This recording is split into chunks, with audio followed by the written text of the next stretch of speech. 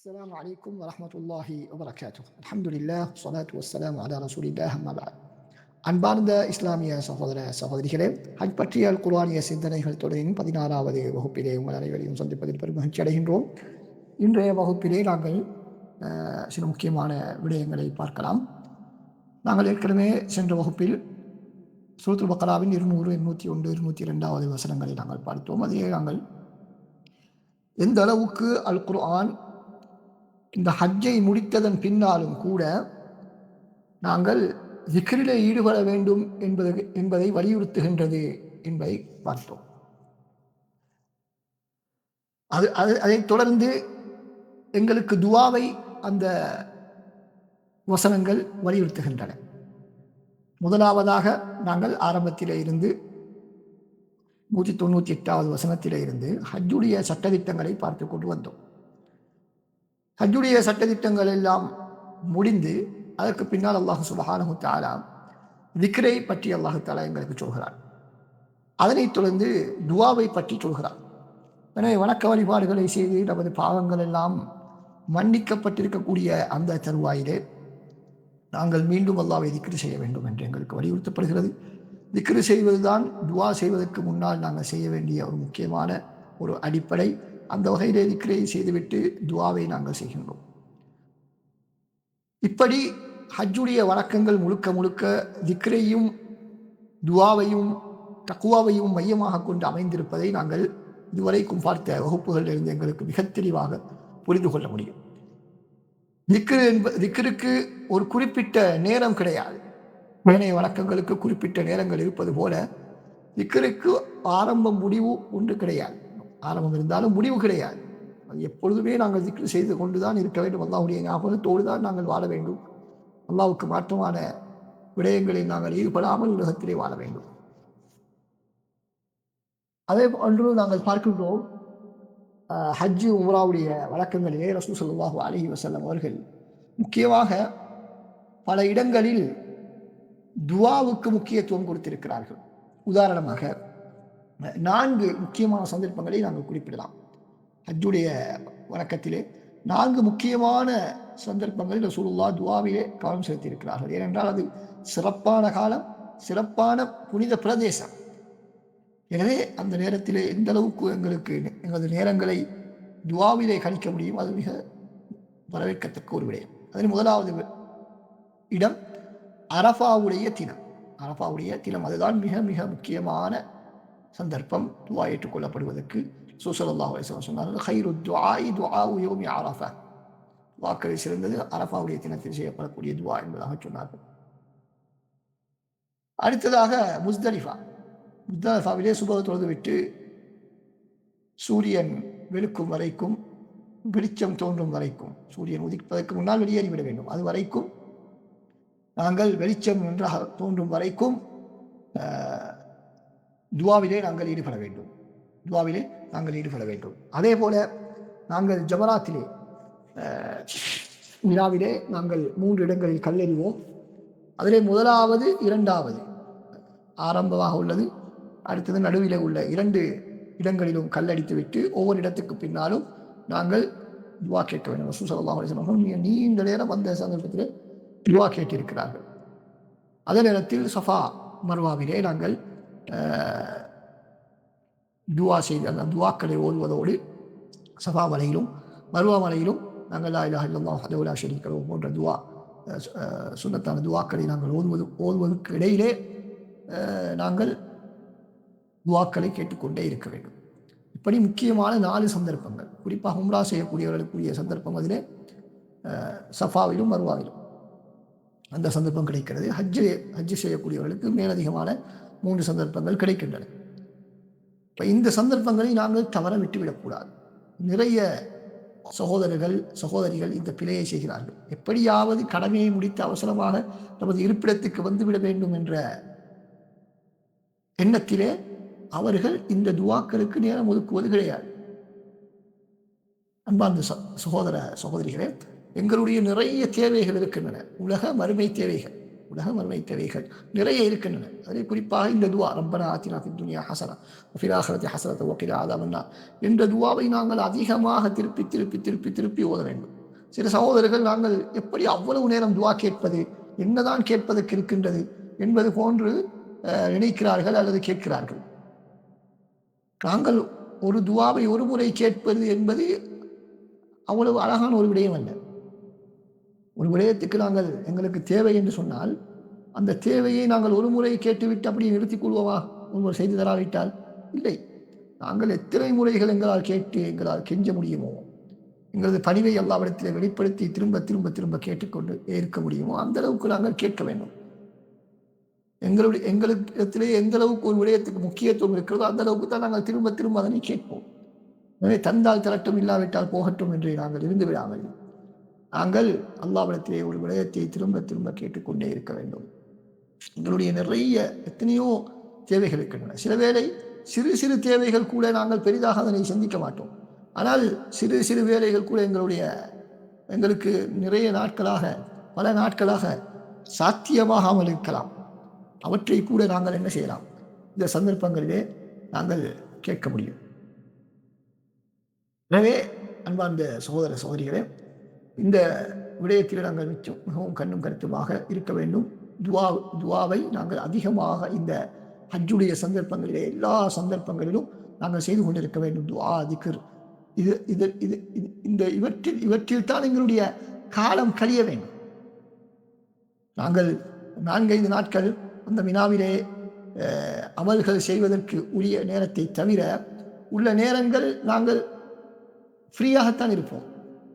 ஃப்ரீயாக உள்ள அந்த நேரத்திலே இயன்றளவு நாங்கள் தூங்கி நேரத்தை வீணாக்காமல், அல்லது தேவையற்ற பேச்சுக்களில் ஈடுபடாமல், அல்லது சமூக வலைத்தளங்களிலே சென்று நாங்கள் பார்ப்பதன் மூலமாக பாவங்களை நாங்கள் பெற்றுக்கொள்ளாமல், சமூக வலைத்தளங்களில் நாங்கள் செல்லக்கூடிய நேரத்தில் எங்களை அறியாமலேயே அது என்ன தவறான பல காட்சிகள் வரும், இசைகள் வரும், மோசமான விடயங்கள் அங்கு நாங்கள் தேடாமலே எங்களுக்கு முன்னால் வந்து சேரும்.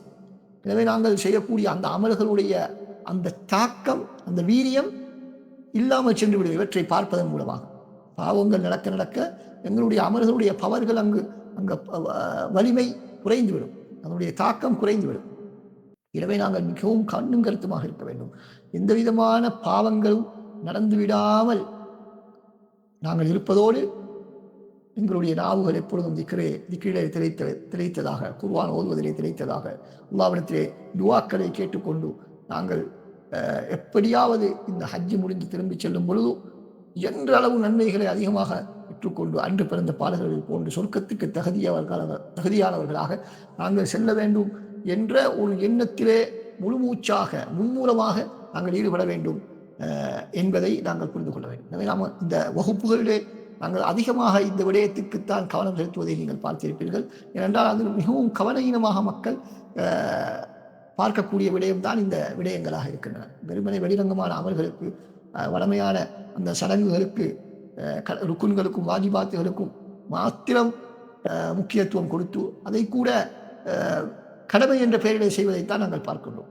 அவற்றை ஒரு உணர்வுபூர்வமாக உயிரோட்டம் உள்ளதாக நாவுகள் திக்ரிலே திளைத்தவர்களாக, உள்ளத்தில் அல்லாவை ஞாபகம் செய்தவர்களாக, அல்லாவை மதித்தவர்களாக, அந்த புனித இடங்களுடைய மதிப்பை புரிந்தவர்களாக, அந்த புனித காலத்தினுடைய மதிப்பை புரிந்தவர்களாக எங்களுடைய செயற்பாடுகள் காணப்படுகின்றனவா என்றால் இல்லை. மக்காவுக்கு வெளியும் எங்களுக்கு ஒரே மாதிரியாகத்தான் இருக்கிறது. ஹஜ் மாதம் இல்லாத காலமும் ஒரே மாதிரியாகத்தான் எங்களிடத்திலே காணப்படுகின்றன. அப்போது கூட நாங்கள் இருந்து கொண்டிருப்பது துல்காதா என்று சொல்லக்கூடிய ஒரு புனிதமான மாதம்.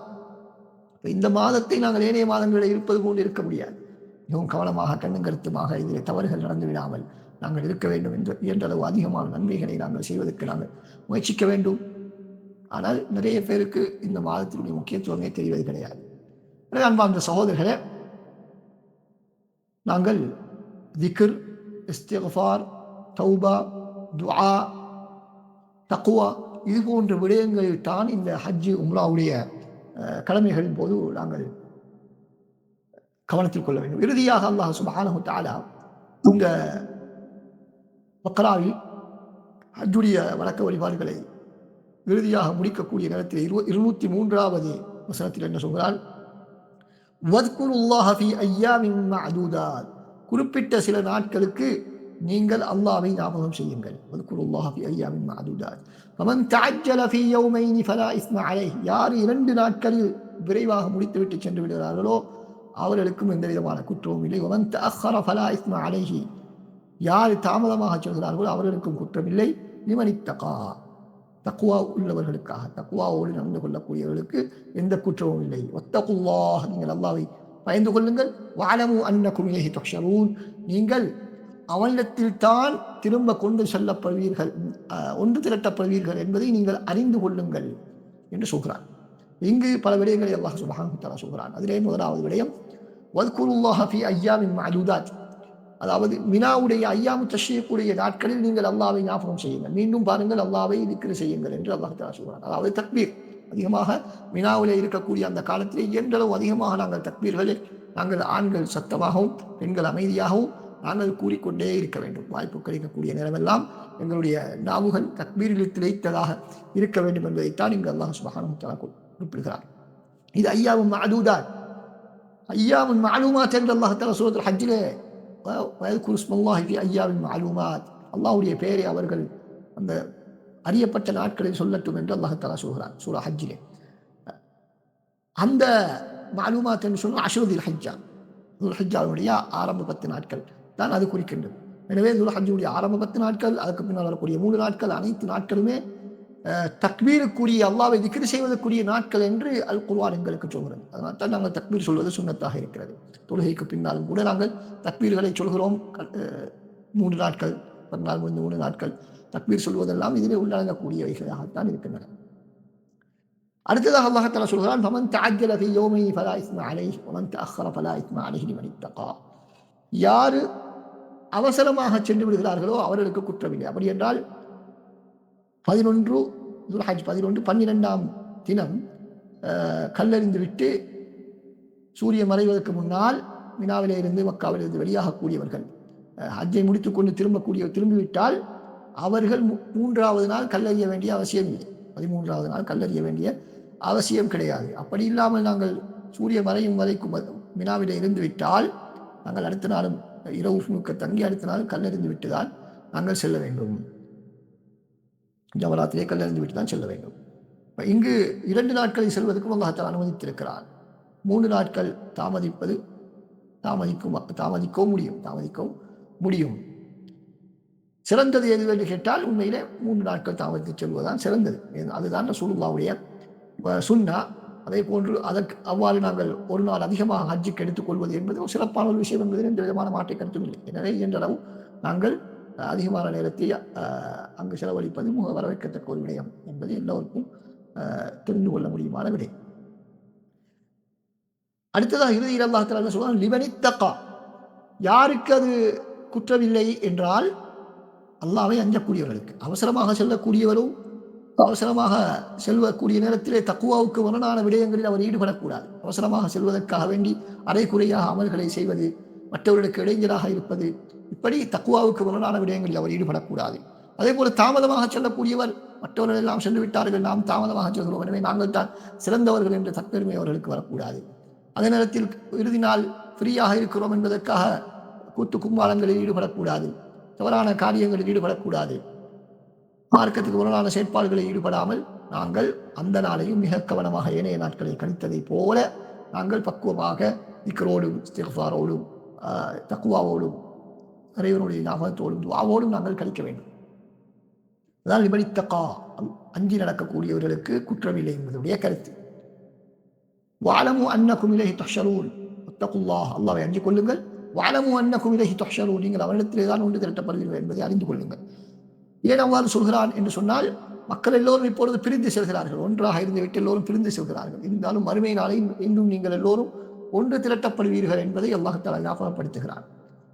அது எங்களுக்கு ஒரு எச்சரிக்கை. கவனமாக இருங்கள், மறுமையில் அல்லாஹ்விடத்தில் நீங்கள் திரும்பி வர வேண்டும். ஹஜ் முடிந்ததோடு அனைத்து பக்குவங்களையும் நீங்கள் விட்டுவிட்டு விரும்பிய காரியங்களில் ஈடுபடலாம் என்று நினைத்துக் கொள்ள வேண்டாம். மனோ இச்சைப்படி செயற்பட வேண்டும் என்று நினைத்துக் கொள்ள வேண்டாம். மறுமை நாள் ஒன்று இருக்கிறது, அங்கு மீண்டும் நீங்கள் கொண்டு வரப்படுவீர்கள் என்பதை நன்றாக அறிந்து கொள்ளுங்கள். இது எங்களுக்கு எதனை உணர்த்துகிறது என்று சொன்னால், ஒரு நல்லுபதேசம் செய்யும் பொழுது எச்சரிக்கையும் சேர்ந்ததாகத்தான் நல்லுபதேசம் இருக்க வேண்டும். நன்மாராயங்கள் நற்செய்திகளை மாத்திரம் கூறுவதல்ல ஒரு நல்லுபதேசம். நல்லுபதேசம் என்பது நற்செய்திகளை கூறுவதோடு, நன்மாராயங்களை கூறுவதோடு, பாக்கியங்களையும் நன்மைகளையும் எடுத்து கூறுவதோடு எச்சரிக்கைகளையும் எடுத்து கூற வேண்டும். சில மக்களுக்கு அந்த எச்சரிக்கைகளை எடுத்து கூறுவது என்பது பிடிக்க மாட்டாது. அவர்களுக்கு பிடிக்கவில்லை என்பதற்காக அது செய்யக்கூடாது என்பது அர்த்தமல்ல. அதுதான் குர்ஆனுடைய நடைமுறை, ரசூலுல்லாஹ்வுடைய நடைமுறை. இரண்டும் கலந்திருக்க வேண்டும். ஆர்வமூட்டுதல் எச்சரித்தல். பஷீரன் வனதீரா, அவர்கள் நற்செய்தி சொல்லக்கூடியவர்களாகவும் எச்சரிக்கை செய்யக்கூடியவர்களாகவும் தான் அனுப்பப்பட்டார்கள். அன்பார்ந்த சகோதரர்களை, நாமளும் நமது உரைகளில், நமது போதனைகளில் இரண்டையும் கலந்துதான் மக்களுக்கு வழிகாட்ட வேண்டும் என்பதை புரிந்து கொள்வோம். வல்லவன் அல்லாஹ் சுப்ஹானஹு வ தஆலா இந்த வசனங்களில் நாங்கள் கற்ற விடயங்களை நமது வாழ்க்கையில் நடைமுறைப்படுத்துவதற்கு நம் அனைவருக்கும் தௌஃபீக் செய்வானாக. மீண்டும் அடுத்த வகுப்பில் உங்களை சந்திக்கும் வரை விடைபெற்றுக் கொள்கிறோம். அஸ்ஸலாமு அலைக்கும் வரஹ்மத்துல்லாஹி வபரகாத்துஹு.